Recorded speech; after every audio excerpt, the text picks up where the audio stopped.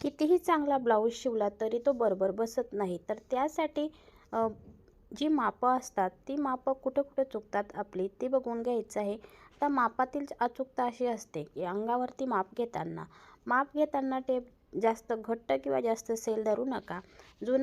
जर तुम्ही जुना ब्लाऊजवरून माप घेत असाल तर तो ब्लाऊज ताणून धरू नका. तसेच तो ब्लाऊज शरीराला नीट बसतो का याची अगोदर खात्री करून घ्या. मुंडा आणि खांदे. जर ब्लाऊज न बसण्याचे मुख्य कारण म्हणजे शोल्डर गळणे किंवा मुंड्यात फुगा पडणे. उपाय असा आहे की गळा जर मोठा असेल तर शोल्डरचं माप नेहमीपेक्षा अर्धा ते पाव इंच कमी घ्यायचं आहे.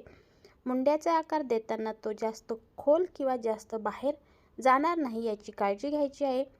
टक्सची जागा जी असते ब्लाऊज फिटिंग कप वरती अवलंबून असतो. जर टक्स योग्य उंचीवर नसेल तर तो ब्लाऊज छातीपाशी चपटा दिसतो किंवा ओढला जातो. आता यासाठी काही टिप्स आहे. कटोरी ब्लाऊज असेल तर कटोरीचा आकार तुमच्या छातीच्या मापानुसार घ्यायचा आहे. जर छाती 28, 32, 36 इंचाची असेल तर बरोबर टक्सचा पॉईंट तो आहे तो योग्य उंचीवरती घ्यायचा आहे.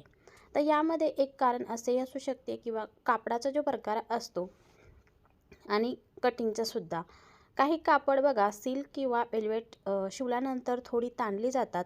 अशा वेळी काय करायचं, अस्तर आणि मेन फॅब्रिक एकत्र जोडताना ती कुठेही जोड पडणार नाही याची काळजी घ्यायची आहे. आणि कापड नेहमी काय करायचं, सरळ रेषेत कापायचं आहे. क्रॉस कापल्यास फिटिंग बरोबर बसत नाही.